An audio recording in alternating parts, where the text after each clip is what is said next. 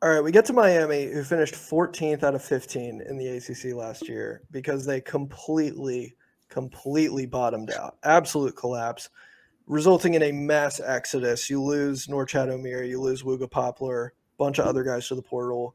Kyshawn George ends up going pro. He gets drafted in the first round. I think we're in for a bounce-back season for Miami. This backcourt is still one of the best in the conference on paper. I firmly believe that. Nijel Pack, Matthew Cleveland. You bring in Bethea, who I think will be just fantastic as a freshman. A bunch of experienced mid-major transfers as well. Jalen Blackman was awesome at Stetson. I'm very in on this backcourt. Not so sure about the front court, but I think the backcourt is absolutely enough for me to buy that this will be like some type of bounce back. It's just, I think, a question of like how high do you think that can carry them? Where are you? I wanted to ask you a question. In terms of backcourt trios, RJ Davis, Elliot Cadeau, Ian Jackson, or Nijel Pack, Jalil Bethea, and Matthew Cleveland. Because I think it's Carolina. It's Carolina, but it's closer than most people think. Yeah. Yeah.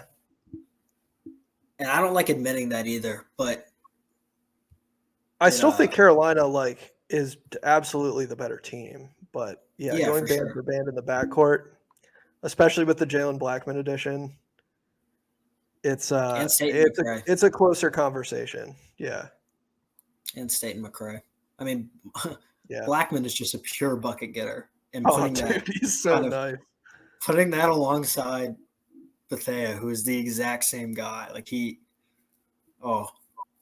Bethea's counting stats could be, or just specifically his points per game, could be through the roof. They could be exceptional. He's so good. Yeah. Defensively, I don't know what happens, but when he has the ball in his hands, oh my God. Mm-hmm. Yeah.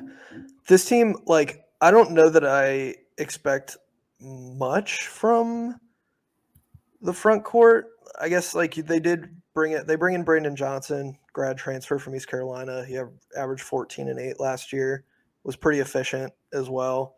Lynn Kidd, grad transfer from Virginia Tech, averaged 13 points a game in over 23 minutes. So they have guys who can definitely play.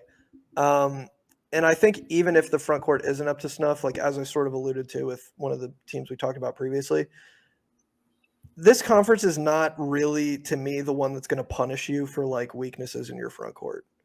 And so when I look at how strong the backcourt is, I think they'll definitely be back in the mix this year, assuming they don't have more whatever it was off the court issues or whatever. I think they should be good. I do too. I would agree. I guess my one. Oh, go ahead. My one concern would be if the backcourt shot selection just totally craters. If it's too many cooks in the kitchen type of thing. Yeah. Here's what I'll say with Miami. I think Miami's the team where we see the biggest positive difference between where they finished last season and where they finished this season. Oh, for sure. Yeah. I think that's almost a lock, right?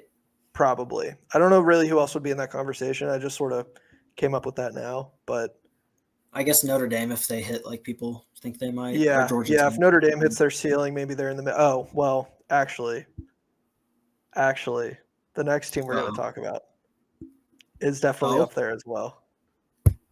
Okay. Not a lock. Not a lock at all, actually.